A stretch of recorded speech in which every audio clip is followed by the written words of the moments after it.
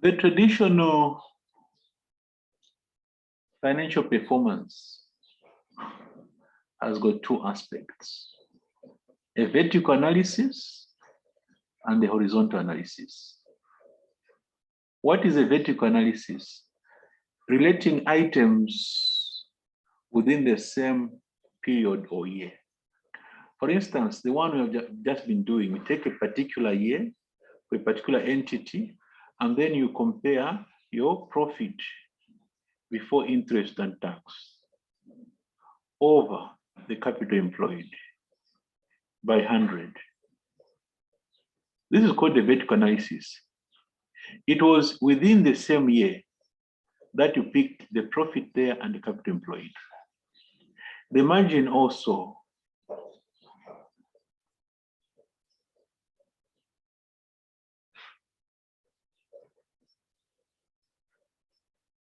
Again, it was the same year. And you multiply that by 100. So this is what we mean by a vertical analysis. The vertical analysis has not been as common, where you say you take the same year and you relate the variables there. Traditionally, financial analysis on this paper has been a horizontal analysis, where we've got quarter one and quarter two. We've got year one and year two. And you look at the movement between these 2 years.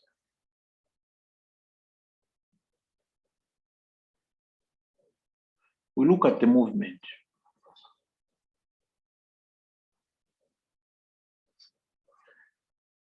This has been the traditional analysis, where we simply do a horizontal analysis or a trend analysis or movement.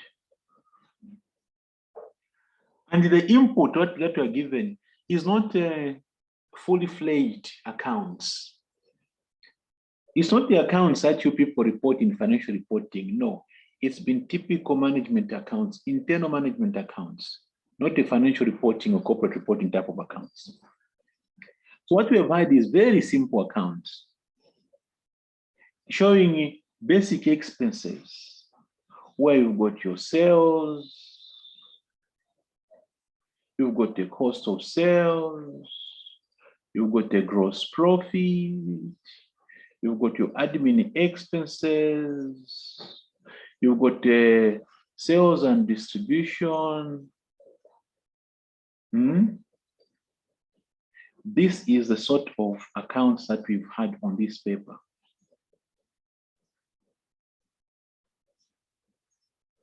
And we have a net profit.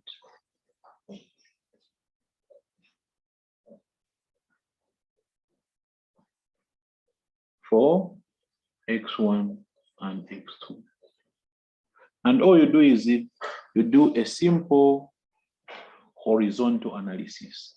The movement from there to there, from there to there, from there to there, from there to there, from there to there. This is what we have been doing. 98% of the times, that's a question that we expect. So how do you do a horizontal analysis then? Well, we've got a very good example here from 2019. March-June 2019 paper. In this paper, we have an example of a type of analysis that we may have to carry out. Let us look at this question. Let's look at this question.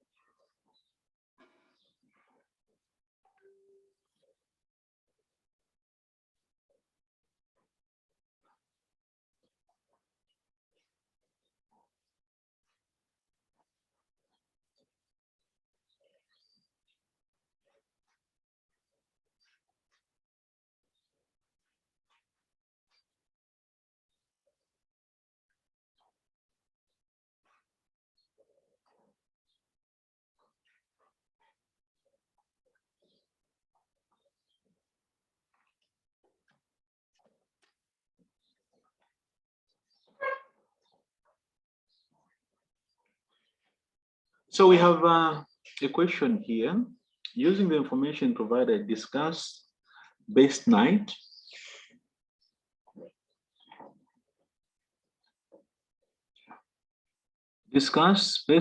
financial and non-financial performance.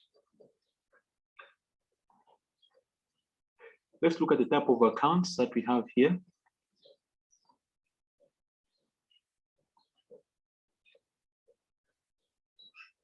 This is a sort of input information that we've been used to.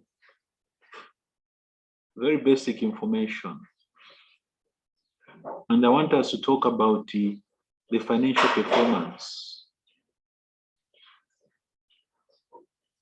of this organization.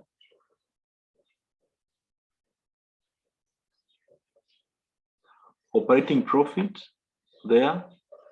We've got the revenue, got operating costs. So how do we carry out this analysis? Okay, so what you're going to do is you're going to quickly read through the question so that you get the details, and then we talk about how to approach the question and how to break down the question so that you can get as much marks as possible. So I'll throw this one on your forum. Okay, you read through.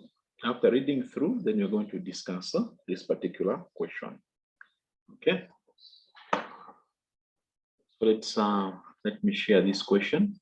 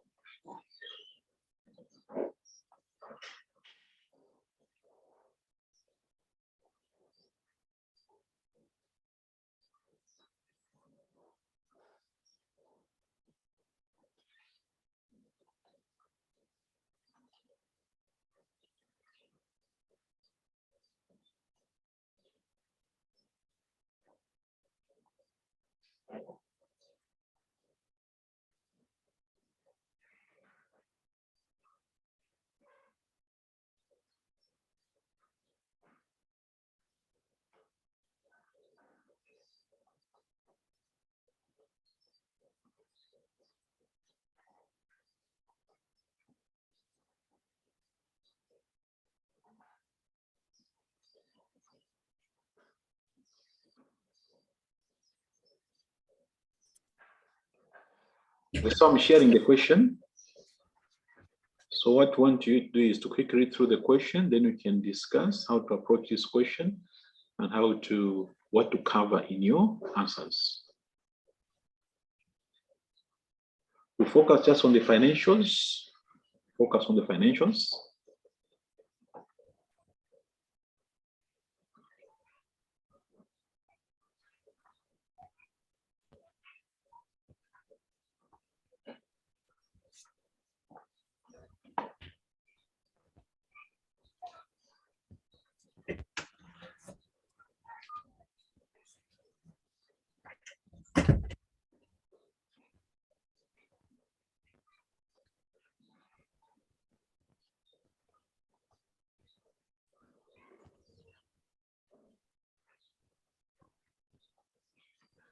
Have you received the question?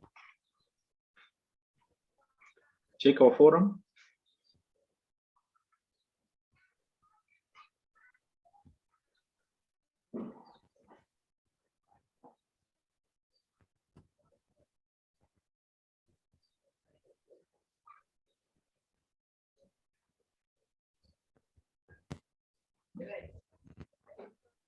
Would somebody could confirm by means of a chat comment response that you have received the question?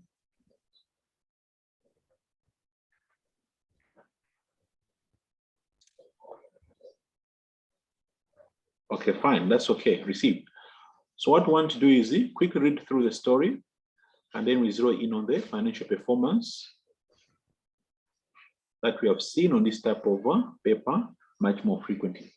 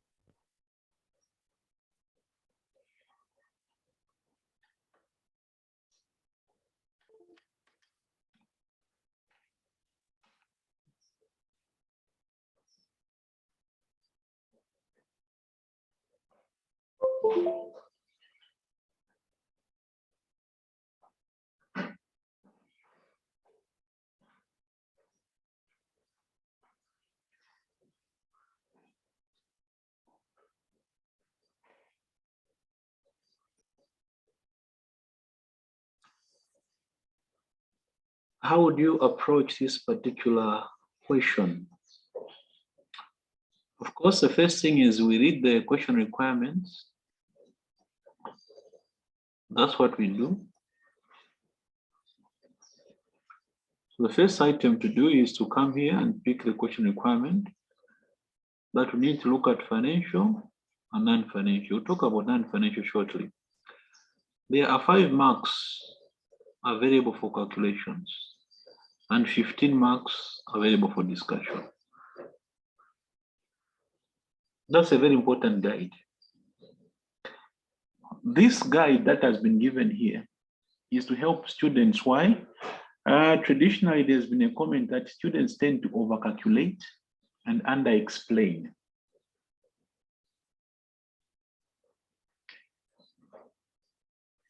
The comment that has come out is that many students go on and on calculating. And they would calculate a lot of ratios with very little comments. Okay, so that reminder has been given. But to go even further now, the examining team is even showing us that do not calculate too much. Spend more time explaining. No matter how much you calculate, we only give you a maximum of 5. And probably will give you 4 to 5. But the one who explains more is going to get more marks. So anything to pick in the future, if this guide is not given, use it still. If this guide is not given in marks, use it still. You tell yourself that most of the marks, 70% of the marks will go to explaining. Only 30 will go to the calculations. Now, where do the explanations come from? They come from the stories that have been told here. There's so much that have been told. The reaction of the customers, the view of the customers, the authority that the managers have to reduce prices, to give discounts, and also the type of clientele that the company has. So those details given are not there just to spice up the story, but is to give you a basis for your explanations or discussions. So now we have an idea that there isn't too many calculations to be done. There's just a handful of calculations that should be done here. How do you choose the calculations? I've always told the people I've taught that what you do is you start from here. My argument as you always starts from here. When we sit in a meeting as managers, we want to ask the question, so has the company made a profit or a loss? What are they in? So we want to check this.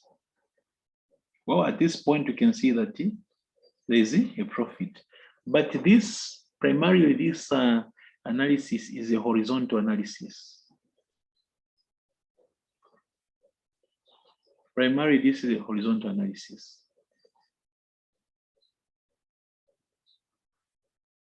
Or a trend analysis.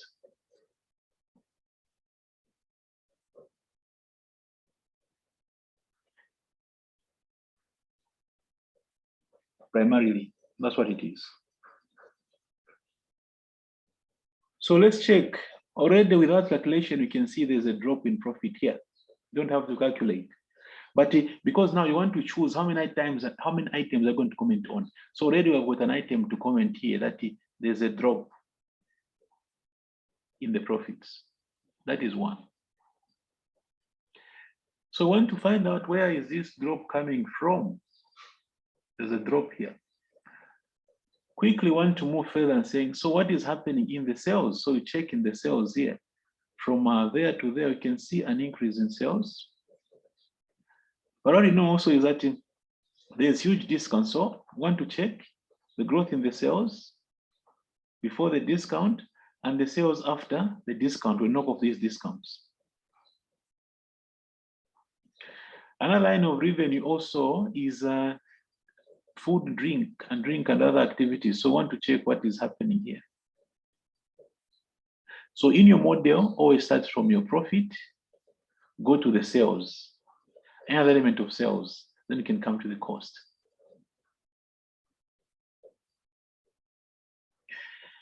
This also, capital employed was also given. This is calculated for you. No need of calculation. It's just a matter of just a comment.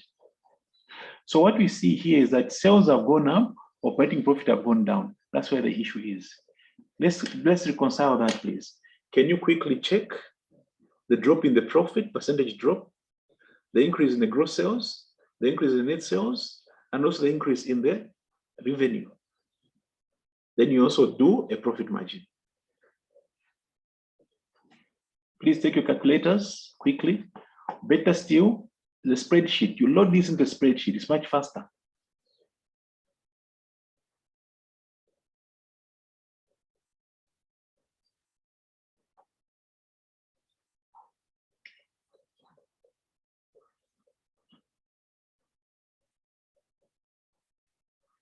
So can somebody give us a percentage drop in the profitability here? Percentage drop in the profitability.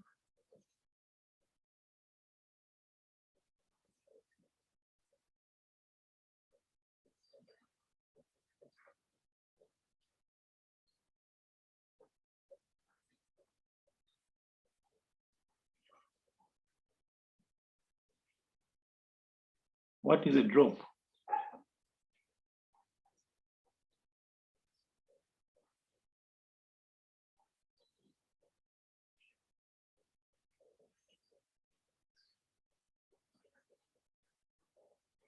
$1.35. 1.35. So somebody says 1.4% drop. Okay. Let's go. What of the sales, gross sales? What's the increase? Here.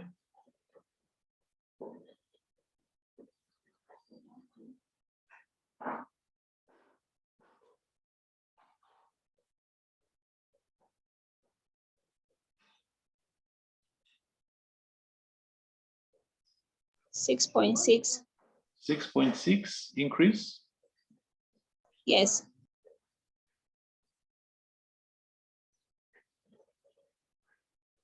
So in your performance analysis, you already have a comment here. That has gone down, that has gone up. Okay, good. What of in the other revenues? What's the growth?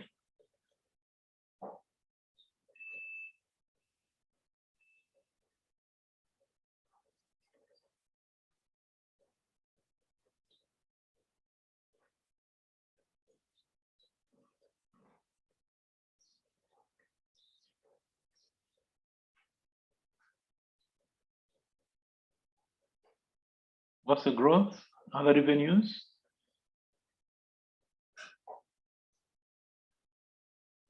Now, I'll ask a very funny question here. I'll ask a very funny question. Eh?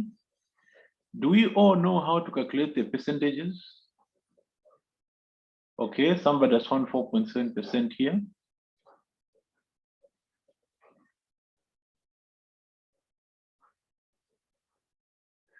Do we know how to calculate how to load in the percentages? I know it's a funny question, but if anyone has got a challenge, please, it's a question I've addressed in the past before. Somebody just said, guys, me, I'm not okay with these computations of your percentages.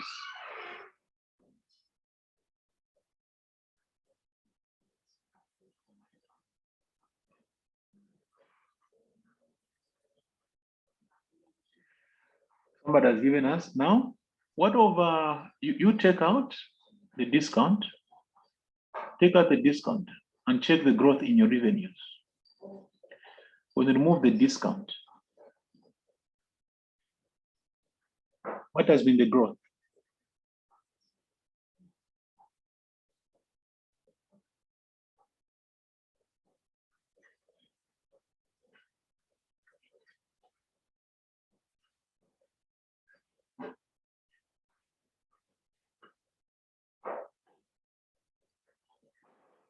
Net revenue,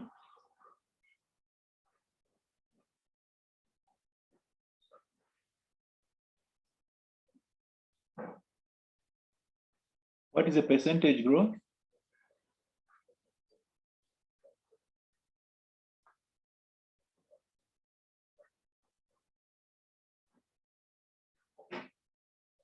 I'm getting 1.8%.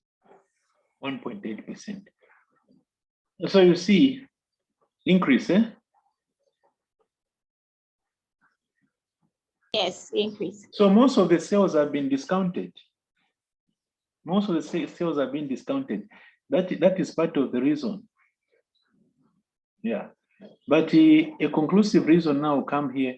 What has happened to operating costs? Can somebody check the operating costs for us, please?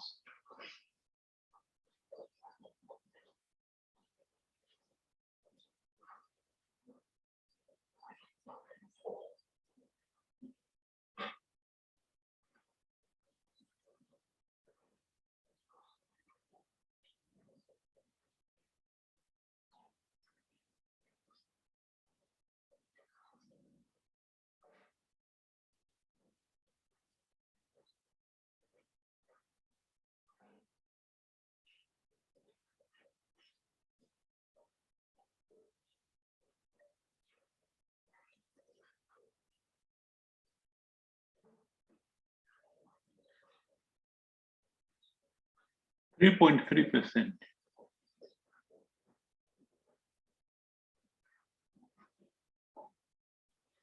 So where do you think the problem is? Your revenue has only grown by 1.8. Your costs have grown by 3.3. There's a problem with your operating costs.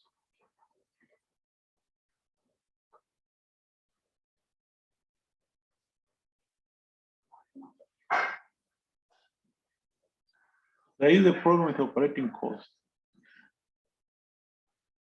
And this can be further tested by doing your operating profit margin.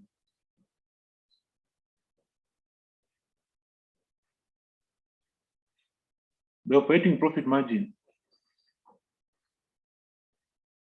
Can we have the operating profit margin? Operating profit divided by the revenue. Operating profit divided by the revenue.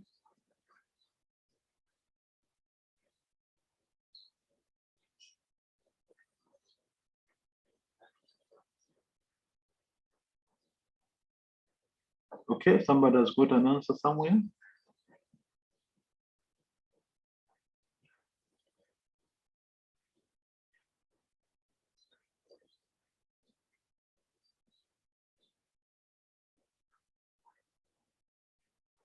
Operating profit margin. In X6, it was what? 20%. In X6, it was what? 20%. What of in X7?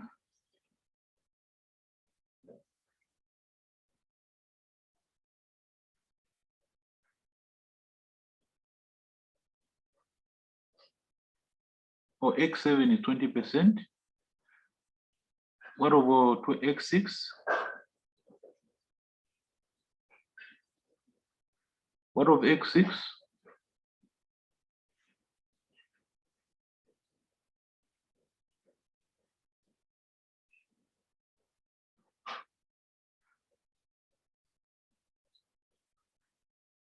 %21.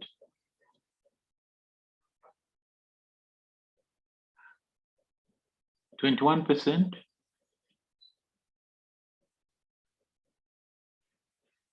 Let's check the figures. Are we happy with the figures?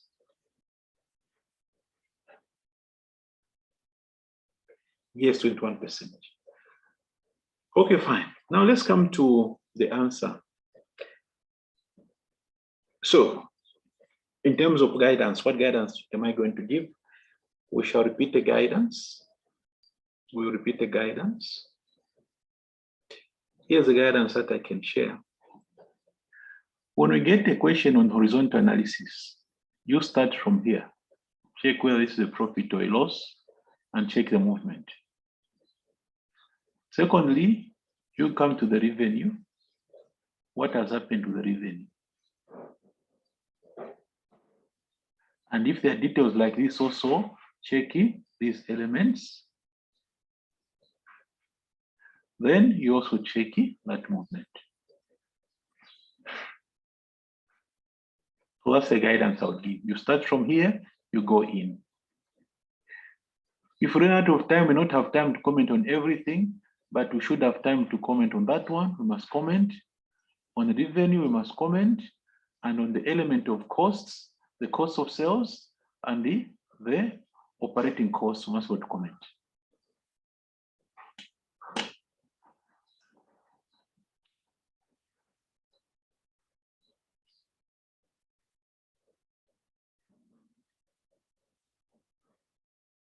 Is that clear, people? Let's give further guidance in terms of presentation. Let's give further guidance in terms of presentation.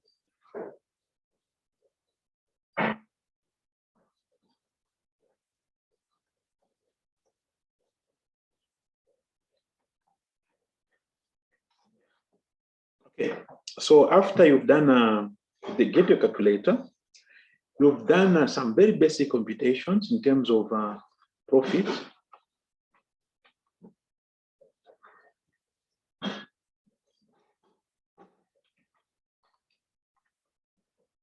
Then we have said from there, you want to comment on the revenue. From there, you want to comment on the operating expenses. This is a very minimum that we can do. Has the company made a profit or loss? Has the profit or loss reduced or increased? That's what I would comment on. Has the revenue gone up or down? And where is this coming from? Then, have the operating expenses gone up or down? If I ran out of time, these are the three items that I would focus on. However, with good planning, upfront, you should have known that there's also revenue, gross revenue,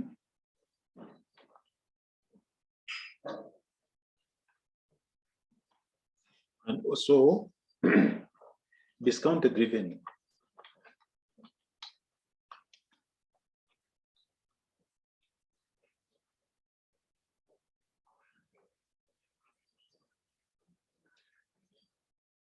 Under profitability, there's also a comment on the Rev Sat was given, which we shall comment on.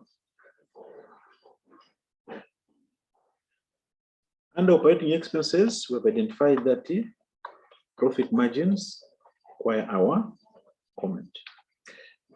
So in a nutshell, these are the items on which I would put a comment on each one of them. The computation, do it on your spreadsheet. There's no harm also in doing your computations or in presenting this work in a table. There's no harm in presenting this work in a table, and the table method of presentation is one which is encouraged for skills level papers. For skills level papers, there's a comment that the students can use the table. What would that mean for us?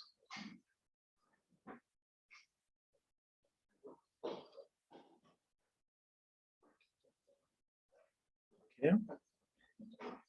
So profitability.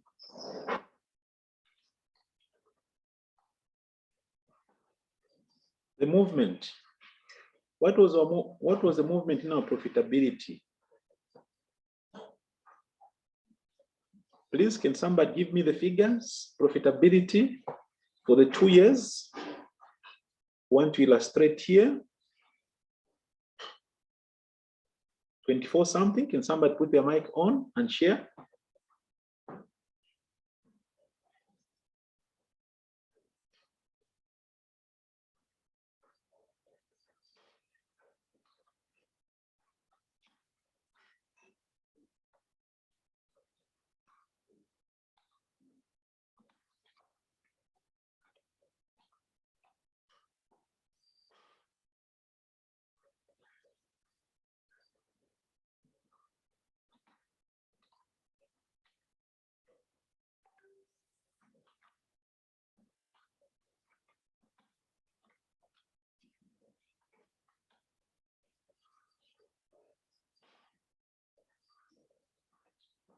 Okay, somebody put something there. I've heard.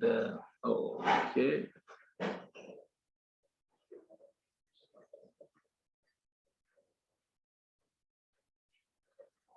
Okay.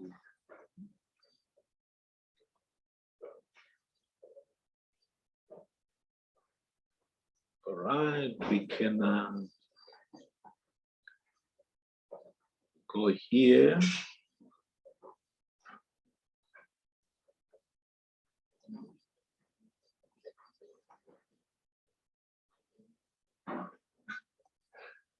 Okay, so your profitability is 24,242. Want to illustrate 24,242 less 23,915 over 24,242.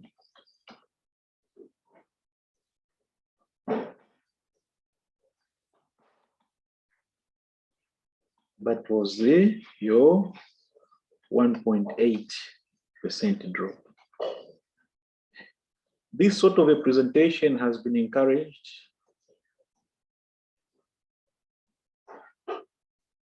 And then here, you simply put a comment.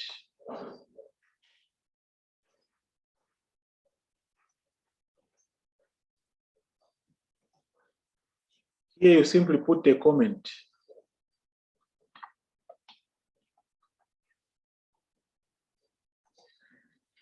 Gross revenue, again we go, minus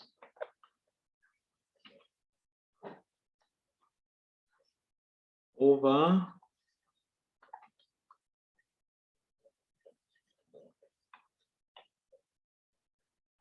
I think that's why we got 6.6%. And you put a comment. The markers have encouraged us to use the tables as well when we are doing horizontal analysis, especially where you put a variable, you put a computation, and you put your comment. And the one comment recent was that we are going to see more and more of this, sort of guidance, where sometimes they'll give us even a table, give us a table to fill in and to make some comments. If you don't want to use a table, you can do a computation, comment, computation, comment, computation, comment. Are there any questions? Are there any questions?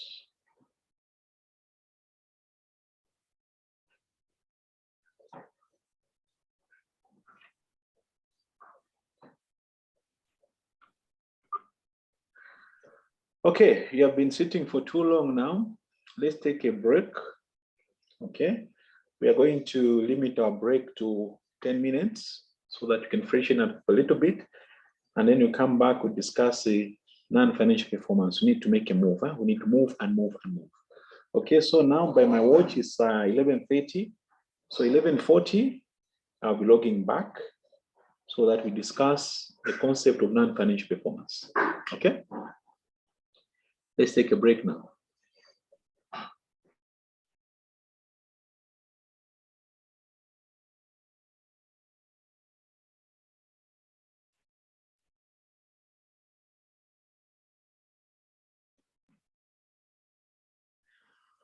Right, we resume our session now. Just a recap. So far, we have seen two types of situations involving financial analysis. And we have pointed you to two questions that we can try, two contrasting questions that we can try. One, a more traditional question to horizontal analysis. Another one from December 2021, showing us a typical analysis with all the aspects of profitability, liquidity, risk, and all that. Okay.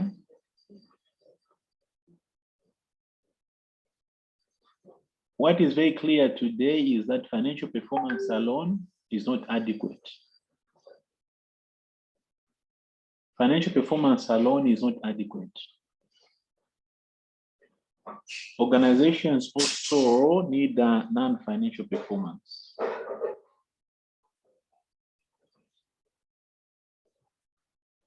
Why? Non-financial variables help us to explain clearly where our financial performance is coming from. Non-financial variables or assessment help us to understand what is driving our profitability.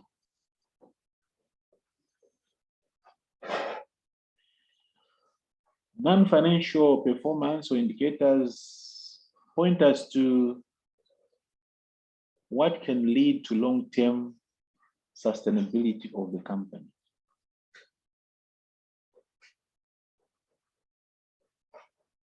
So the long-term sustainability of the company can actually be better managed using non-financial performance. We're not saying that financial performance is not necessary, no, but it's inadequate. So what our syllabus has done is to bring in two models. What the syllabus has done is to bring in two models. These two models help to include non-financial aspects of performance. So your course has got two models. And it's fair because see, non-financial performance can just go on and on. Eh? Non-financial performance also can have no boundaries. We have seen that financial performance is well structured. You just answer 4 questions. Are we a profitable entity? Do we have adequate liquidity? What are the markets saying? And where are we in terms of risk?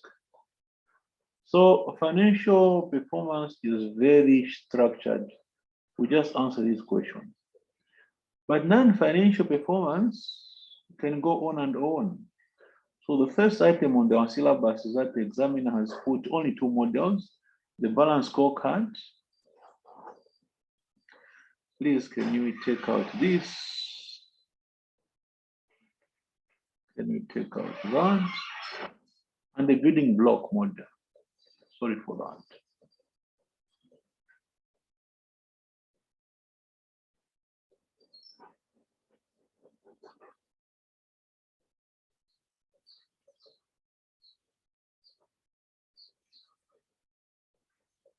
So for this syllabus, we just have 2 items, not performance pyramid. No, it's not part of your course. What we have here is a building block model. So the building block model and the balance scorecard, these two. So it helps us to be more focused. The balance scorecard has been examined again and again, and you know, all of you know that when it comes to non-financial performance, the model which has been examined too many times is what? The balance scorecard. That's a model which has been examined several times. So what we are going to do, we're going to go through these 2 models so that we learn about non-financial performance where in the private sector. So looking at non-financial performance in the private sector, that's a sector that we are looking at.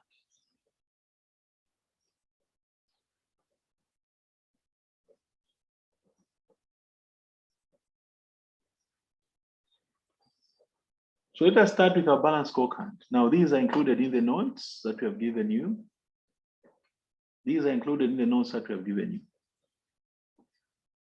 The balance scorecard approach, performance measurement and control, emphasizes the need to provide management with a set of information which covers all relevant areas of performance.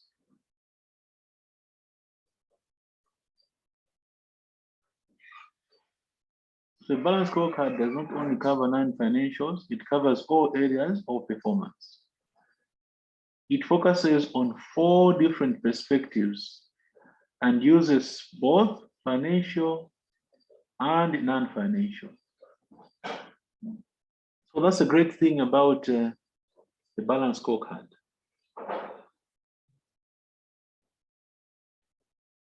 That's a great thing about the balance scorecard. It covers both financial and non-financial.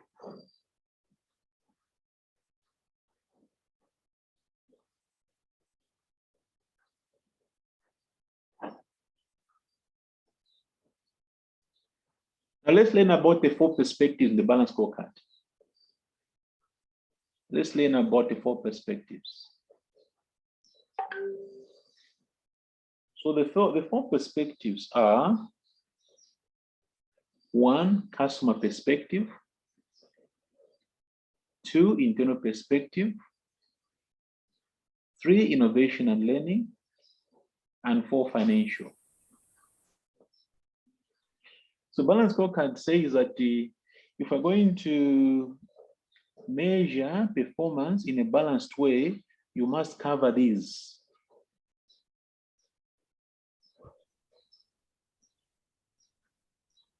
We must cover these. So that's what we must cover. So let's look at the questions that we address.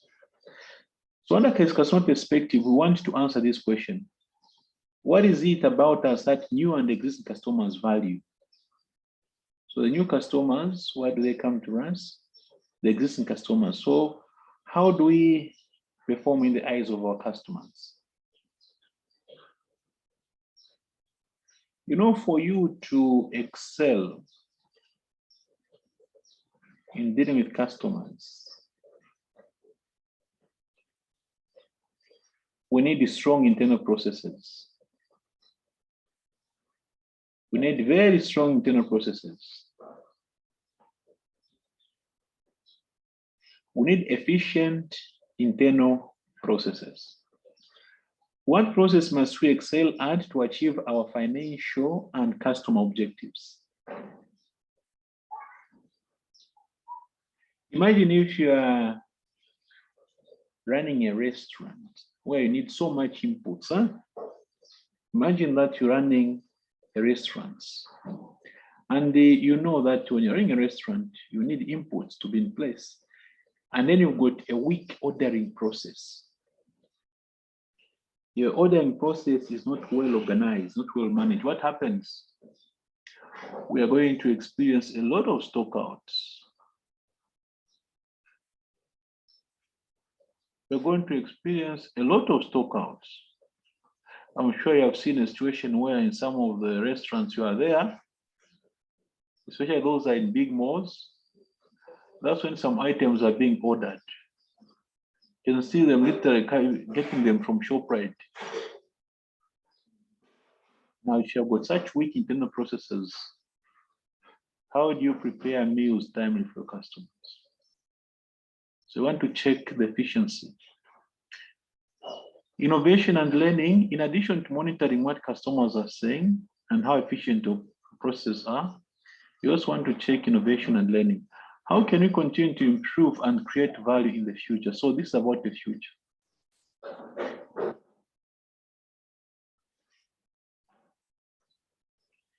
The future.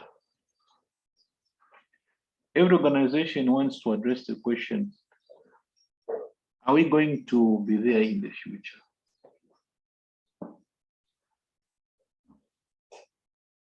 How will our future performance look like? You have to be innovative and you have to be a learning organization. So you need to monitor this. So in a performance measurement, you monitor that. Lastly, you don't forget the financial. How do we create value for the shareholders? The emphasis is the shareholders. So unlike traditional financial performance, which is just, are we profitable? Do you have liquid resources? Here, mainly want to address the question, are we creating enough value for our shareholders? Now, here is your example. Within each of these perspectives, the company should seek to identify goals and measures. Goals and measures. Goals and measures within each one of these. Now, students have had the challenge in coming up with goals and measures, and that's something that we want to address. We have an example here of how to come up with goals and measures. So if you've had a challenge in the past to come up with goals and measures, let's see what we can learn from here.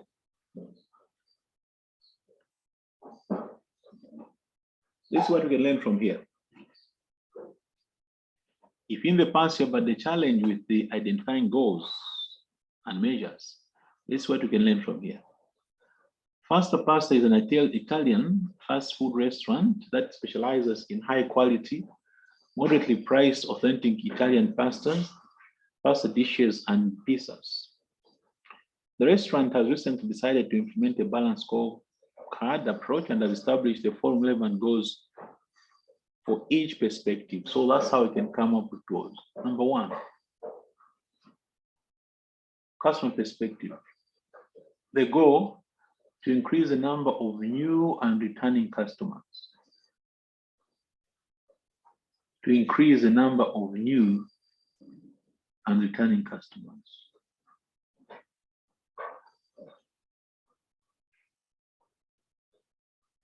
So I want to see how many new customers are you having? What proportion of your customers is new? So if we have got 100 customers,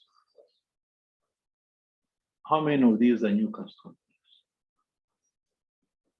How many of these are returning customers? Customer retention. So what's the customer retention rate? Another example, to reduce the percentage of customer complaints. Our customer complaints was 6%. Want to drop it to 4%. That's the goal.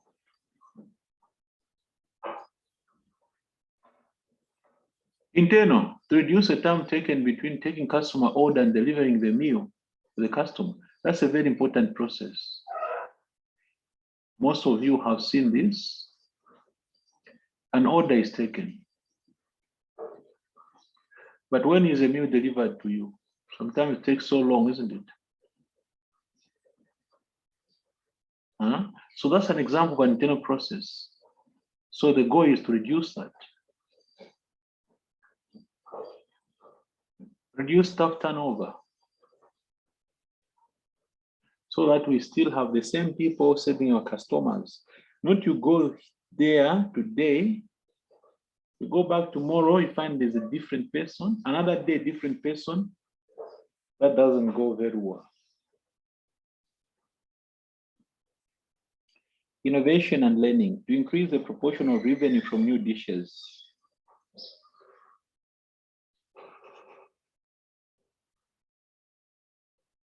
Increase the proportion of revenue from new dishes. Yes, so if you have made 100,000 kwacha as your revenue, how much of that is coming from new dishes?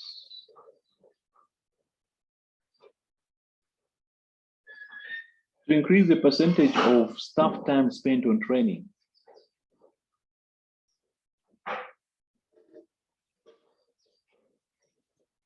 What of financial? To increase the spend per customer. Want each customer, when they come, they spend a bit more. Not every time they just come in a restaurant, they just eat a plate of shima and walk away. No, want them also to start having other foods. To increase gross profit margin. So these are some of the examples of the goals, which subsequently lead to the KPIs.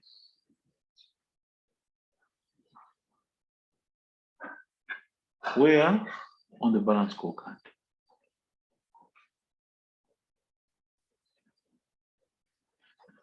What are the benefits of the balance scorecard? It focuses on factors, including non-financial ones, which enable companies to succeed in the long term. It provides external as well as internal information.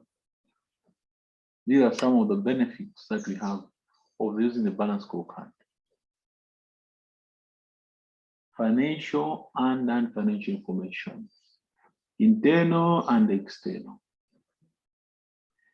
We can also add that it helps with the future performance. The future performance of the organization. Problems, the selection of measures can be difficult. How should the company measure innovation? Obtaining information can be difficult. For example, obtaining feedback from customers can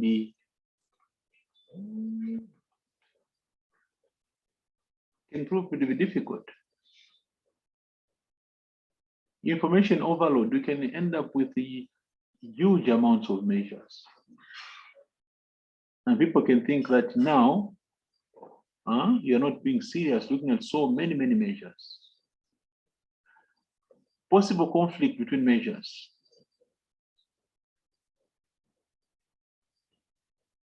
For instance, profitability may increase in the short term through a reduction in expenditure on staff. But this will not work well for innovation and learning. That will not work very well for innovation and learning. Okay. Now we want you to try out the question. Let's look at the question on balance scorecard. Let's look at the question on balance scorecard.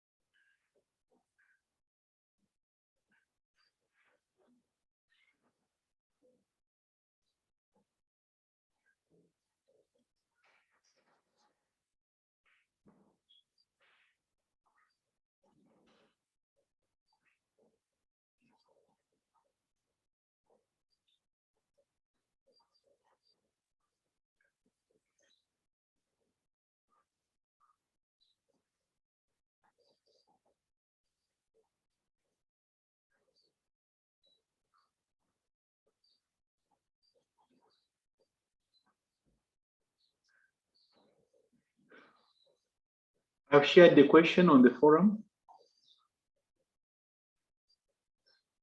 We have shared the question on the forum.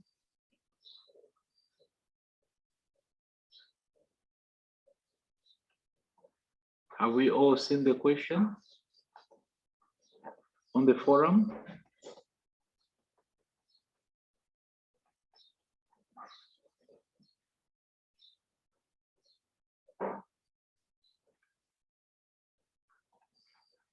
Somebody can confirm whether we have seen the question.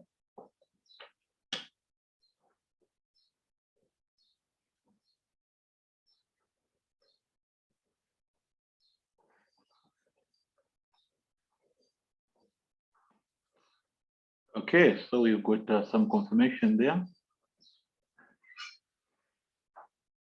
Let's look at the question, people. Remember, we want to look at the balance scorecard. So this was in the 2020 exams. Based on the limited information available, discuss the performance of H in light of two existing objectives. We are going to spend a bit of time talking about exam techniques here, what is expected from us. Okay. There was a detailed documentary which was done on this question, which we want to share. Part B, explain two advantages of H using balance scorecard approach, performance management. Two advantages.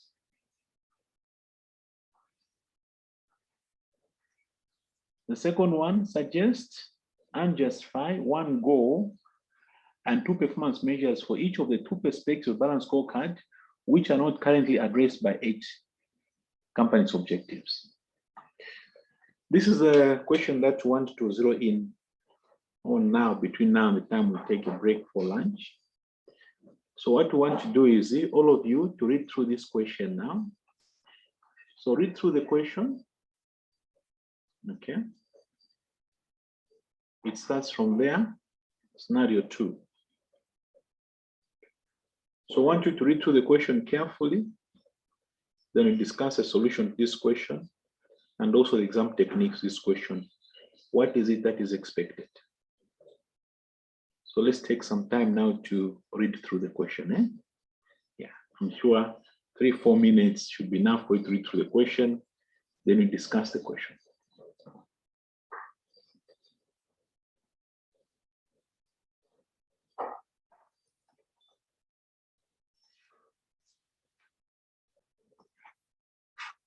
We want to look how the use of the examiner's report can help us improve our marks and where we go wrong in the exam, especially the marks of 48,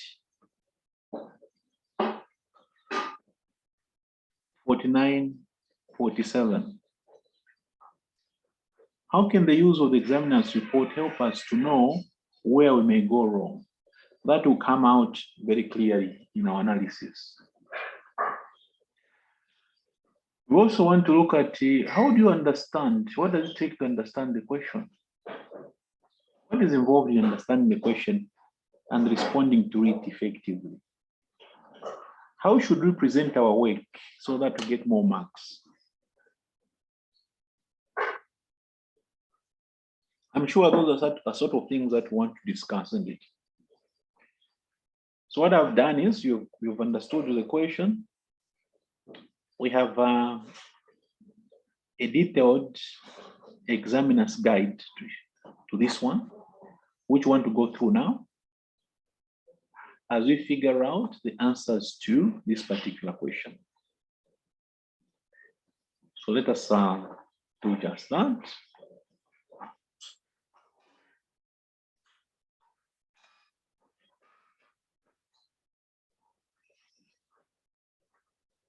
This is a detailed guidance given on this particular question. So let's go through it and see what we can pick from here. Number 1, this question is from the performance measurement and control section of the syllabus. True. This area is regularly examined in section C, and this is what we have said. That one of the section C questions will come from performance measurement and control section.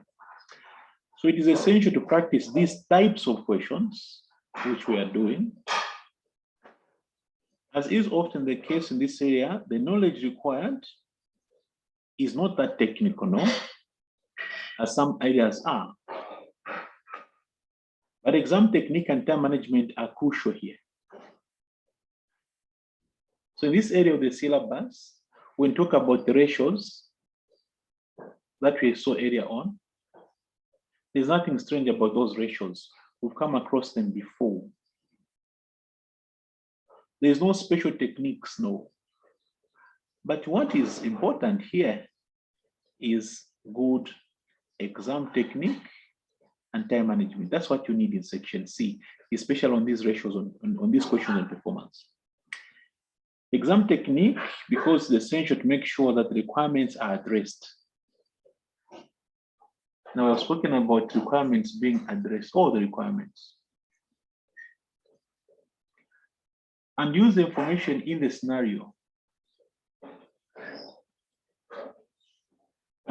Markers have complained that many students do not want to use information in the scenario. In their explanation, they don't want to incorporate it.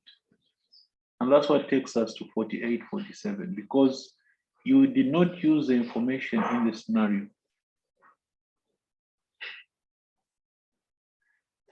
And time management, as there is often a lot of information to absorb, which take time. So if we're doing a question on performance measurement, then what are the two things that we need? What we need is a good exam technique in understanding the requirements and good time management. So I hope I've picked that one. So we go to section C. We find the question, especially from this area of the syllabus, area E of our syllabus. We want to work on our time management because there isn't so much time.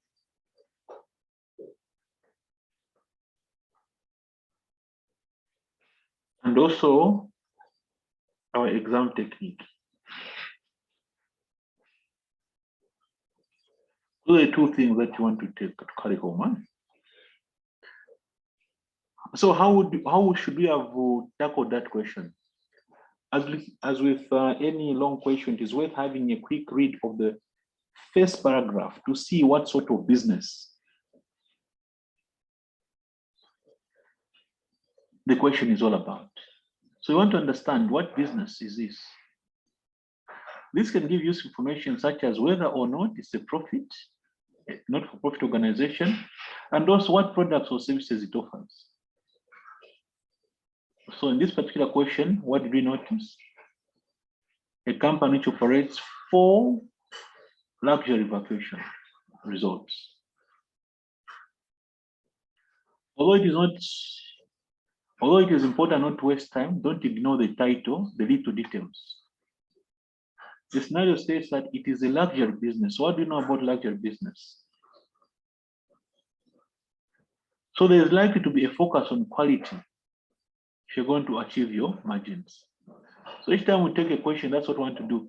What business and what does this business mean? So we've got an idea here. So that's what comes out in this particular question that you are looking at.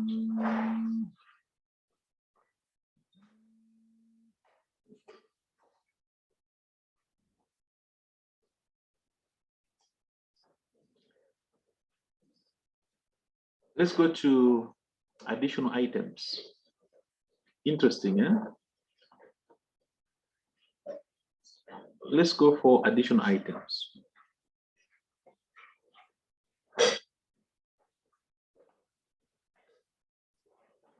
How should we approach this particular situation? From an exam technique point of view, it's useful to read the requirements at this stage before reading the rest of the detail. So that's what you do first. You look at the requirements. So what do we see in these requirements? 2, first, we discuss the performance of the business. And secondly, testing knowledge and application of balance scorecard. So these are 2 items that come in this question. From a time management point of view, don't spend all your time on party A. And there's a danger that you can spend all your time on party A and have to rush through party B, where there'll be some easy marks that you can miss under pressure. Now let's analyze the requirements. Let's analyze the requirements. Now, this analysis of requirements that we are doing here, you can use it on any other question. Analyzing the requirements of the question is a very important skill. If we are going to move from the 48, 47, if we want to cross over, one of the skills which is very critical in PM, but also which I see in APM, is understanding or picking up the requirement, breaking down the requirements. It is worth practicing this as part of the revision with past questions. So any question, try to do a practice. Do I know how to break down the question?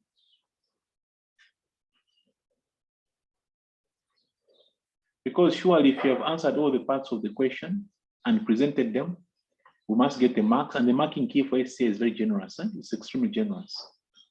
For every point that you make, some consideration will be given. For every point you make, consideration is given. Let's look at the skill in analyzing question requirements.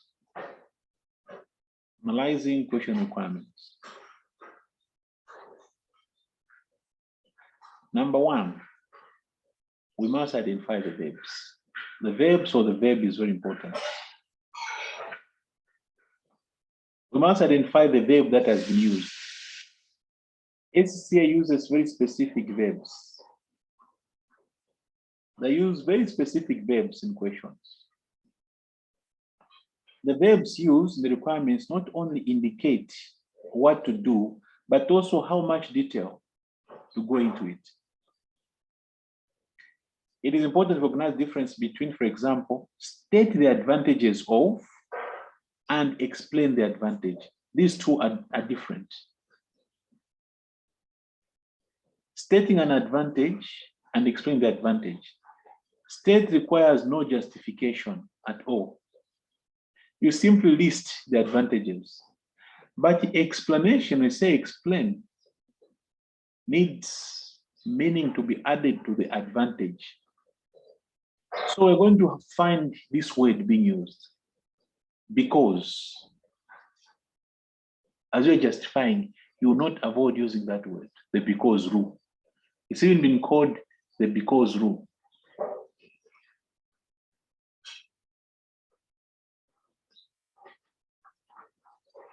So when you're justifying, the because will be there. So the first skill in understanding how much to write and what to say is a verb that has been used. The marking of your scripts is very technical.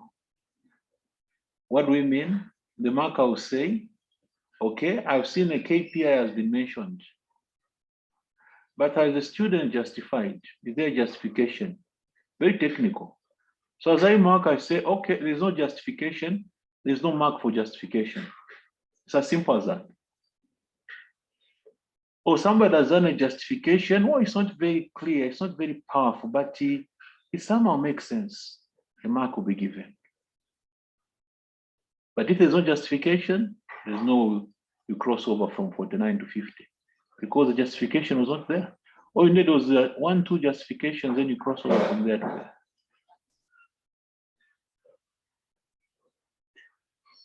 I hope you have picked the item, the concept of them. Secondly, look for extra requirements. Most of the questions have this word here. The word and is particularly important in the requirement. It's very easy to read the first part of the requirement. For example, discuss the performance of the business. You see that one and you proceed. And miss out on a further task later on, such as and state any further information you may find useful. The marker very technically will look for what further information have you stated. No information stated, no mark. Identifying the verbs above should help to avoid this problem. If multiple requirements are given, it's usually a good idea to separate answers into different headings. This makes it clear to the marker that all parts of the requirements have been addressed. And now with the word processor, that becomes possible, isn't it? With the word processor, that becomes possible, where we have got a separate subheading for every idea. That is how our friends make the marks. That's our friends make the marks on this paper.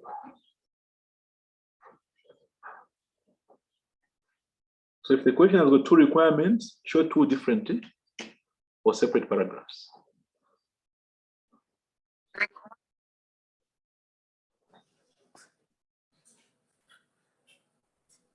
Let's go to the next item. Look at the number of marks. Very, very important.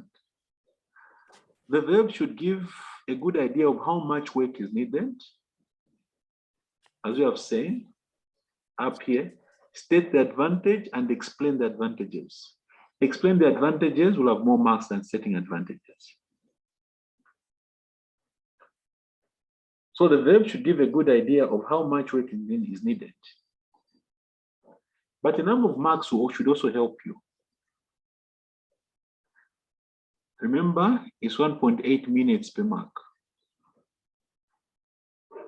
Some questions will take more time than this and some less, but it's a good starting point.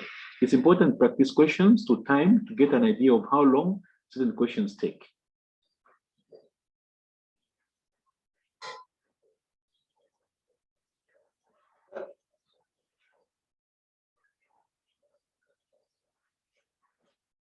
Putting a limit on how long you spend on each part of the question helps avoid running out of time later and missing out on the marks. So let us now look at the question that you had here.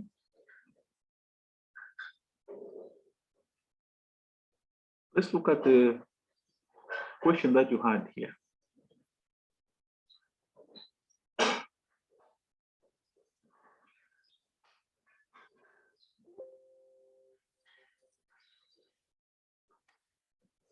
So the question that you just looked at,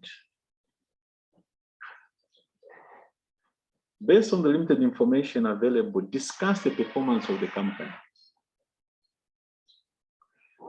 in light of the two existing objectives.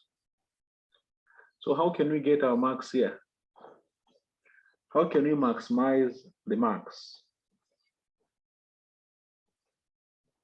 Let's go. Only one verb has been used here, discuss. So what would you do? Discuss questions require some detail and ideally both sides of an argument. So here it is important to look at good and bad aspects, where the company has done well and where they haven't. This should be done in the light of the two objectives. So then we've got an idea of how to structure our answer. The requirement was worth 8 marks, isn't it? So this will be split between the two objectives.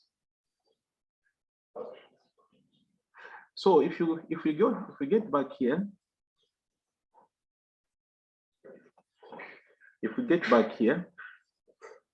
in this question, so here's our question. We've got 8 marks. And there's 2 existing objectives. Where are these 2 existing objectives?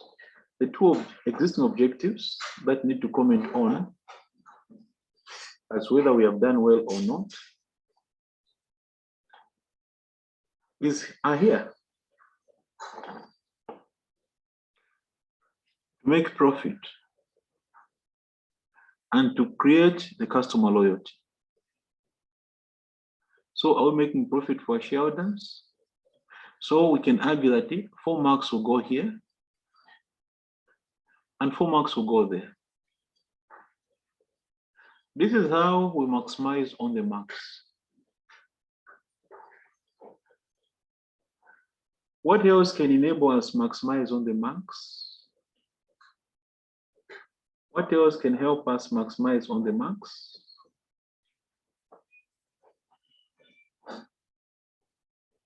Let's see what else can help us maximize on the marks.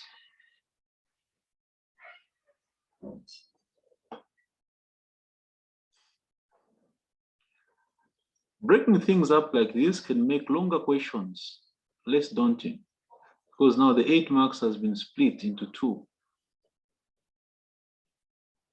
The scenario gives information about how the hotel operates and some management accounting data. All this can be used to assess the business financial and customer performance. As in performance assessment question, compare and give reasons for the performance. Give reasons. In this case, there is information on budget, prior year, and competitor, for you to make a comparison and say whether the company has done well or not. And the extras from customer feedback given a scenario will be useful for discussing the company's performance from the customer point of view. So the numbers will be used on the shareholders. Financially, how have we performed? Have we made our profit? And where is the profit coming from? The narrative comments are for the customers. So that is why that data was given.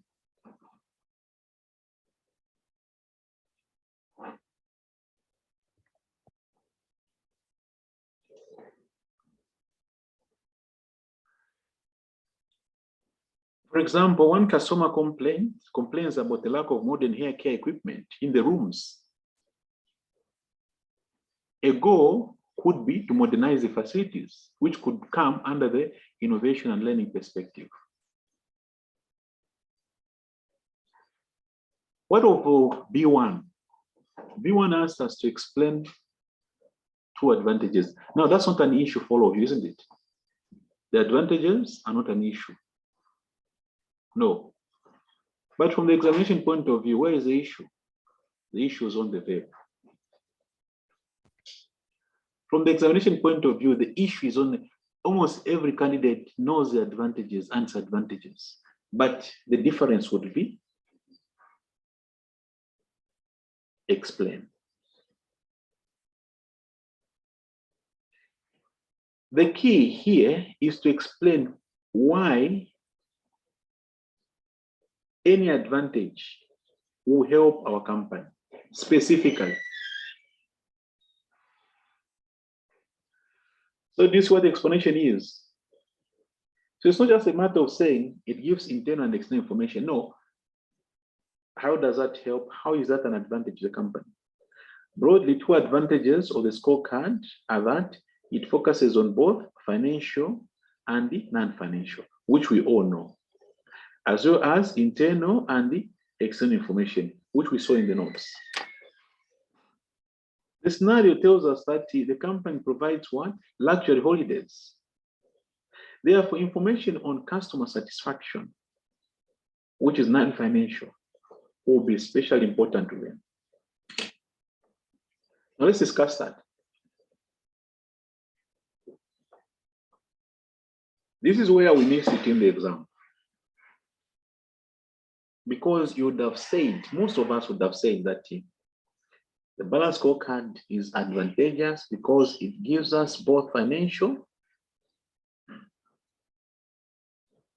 and non-financial information. But those who pass, who get good marks, will go a step further. How is this of benefit? We need to explain. How is this of benefit to the company?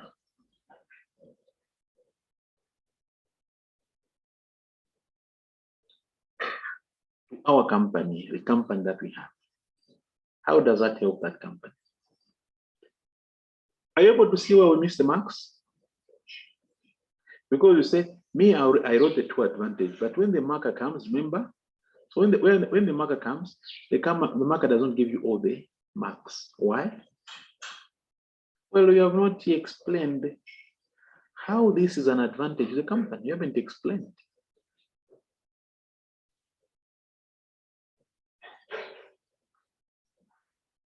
Here, this requirement is only worth 3 marks, so don't take too much time.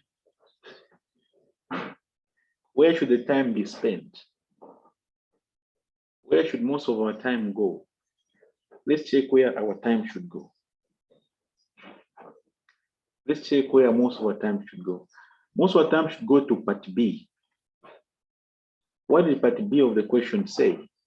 Let's just sample part B of our question.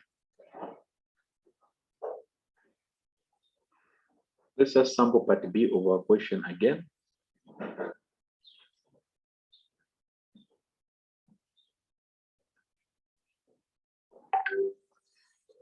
Let's sample part B of this question again.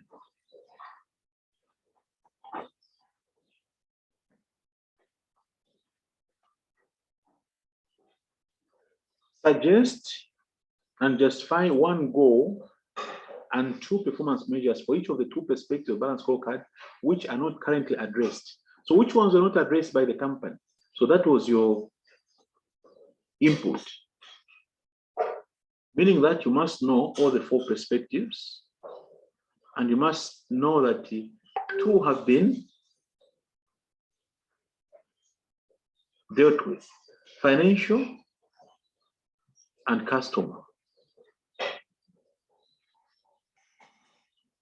Financial and customer.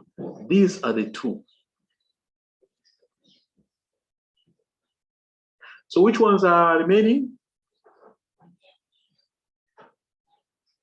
Which ones are remaining?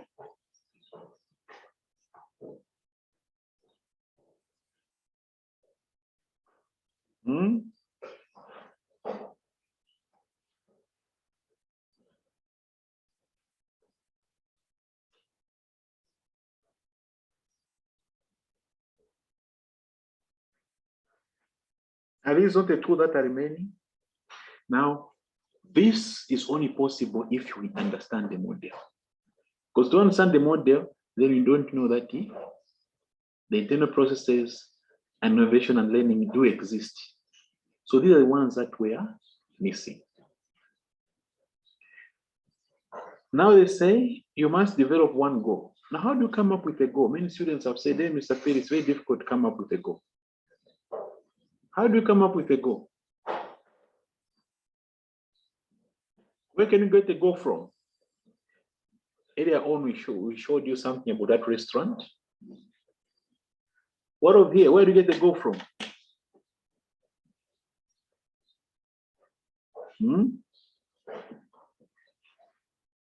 How do you come up with the goal?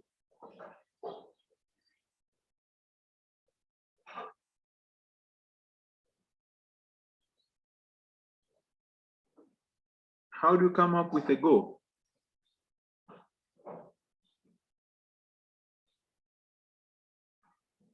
Suggestions. How can we find the goal?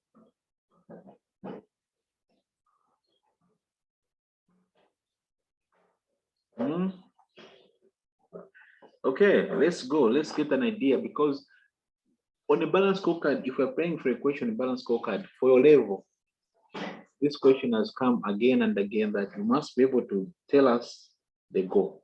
So where do we get the goal from? So that now we can develop a KPI for that goal.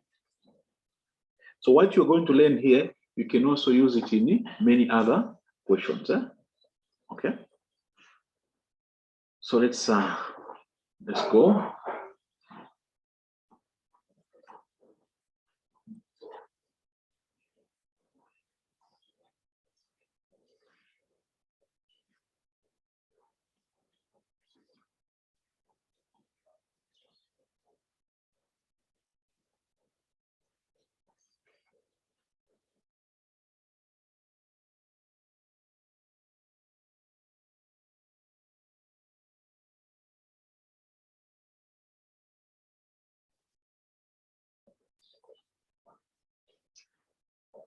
The requirement in part B is more complicated than others.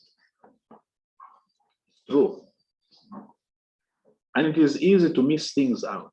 Firstly, the verbs suggest and justify. on its own, suggest requires nothing more than offering an opinion. Justify, though, requires saying why any suggestion is valid. So what do we do then? First, one goal. A goal is something the company would like to achieve. This should tie in with the company's objective. Secondly, 2 performance measures. And you know, when a question like this one is being marked, again, it's very technical. We want to find what is the goal. And we want to find the 2 KPIs. And want to find the justification. It's as simple as that.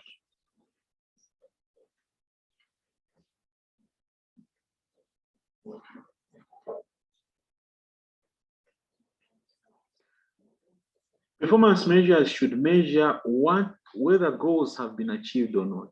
So 1 goal and 2 performance measures, but for each of the 2 perspectives, the balance scorecard, which are not currently addressed by the company.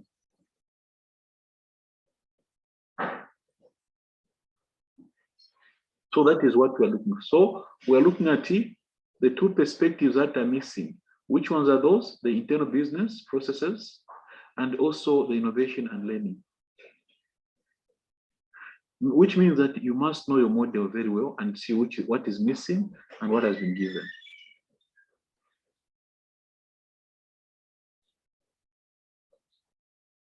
And there's many possibilities here. There's no one answer. No one can say that there's only one answer here. No, there's no one single answer here. It is worth noting that any reasonable goal can be used. And any measure which would determine if a goal has been made, there are many possible options. The only thing is that we must do a proper breakdown. Internal perspective, give a goal, performance indicators, and justification. Then move to the next one.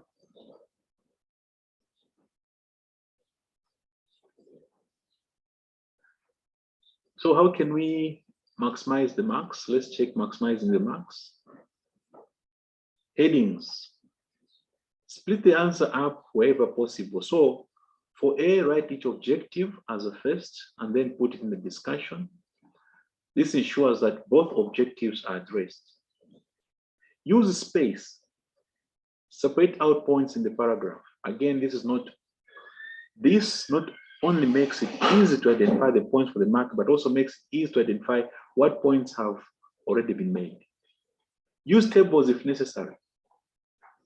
Use a table if necessary. An example, this is the perspective, that's the goal, that's the justification, this is the measure, and this justification.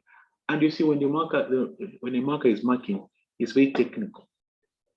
We just go here, or a perspective, okay, the student has mentioned that. What is goal? Whatever you say, not all of us can say the same thing. For instance, we have seen that the administration had a problem, isn't it? So the goal should be, the administration should improve. Justification, we have heard the complaints. What are the 2 measures that we can use for internal business processes? The percentage of guest requests that have been made. Justification, measuring the percentage of guest requests made, will identify when the guest experience was not as expected. Now the point is, you see, all of us cannot say the same thing, especially there, starting from there, and there, cannot say the same thing. However, the structure of the answer should be the same. So as a marker, what I'll be looking for is the structure of the answer. What comes in here will vary from student to student.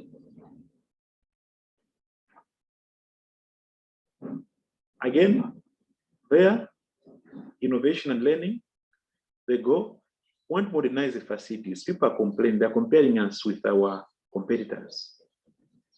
The feedback says that competitors offer better facilities. That's a justification. Measures, number of appliances in our rooms. Another one, number of new menu items. Now, if you notice, these items were hinted.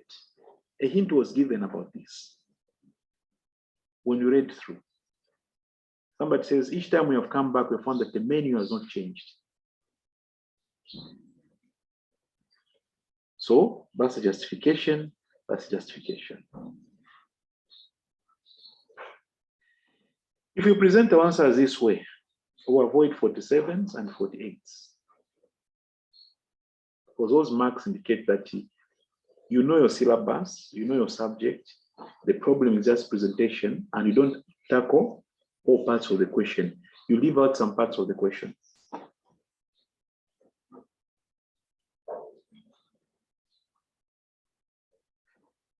Hopefully the above that we have discussed gives you some useful ideas on how to approach longer written questions.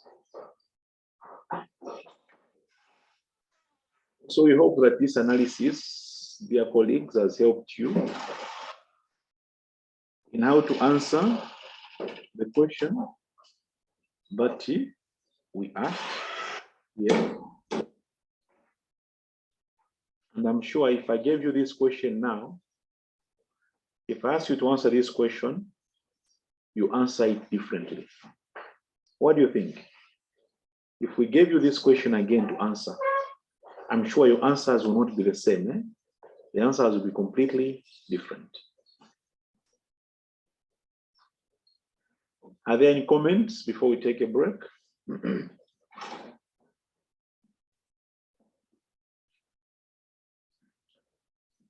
Any comments before we take our lunch break?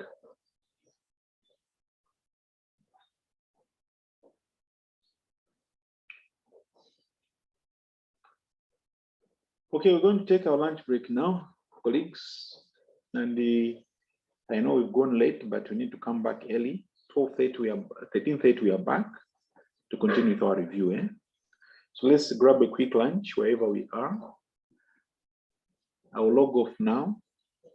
I'll be logging back at about 13:25. So we see you for the afternoon session.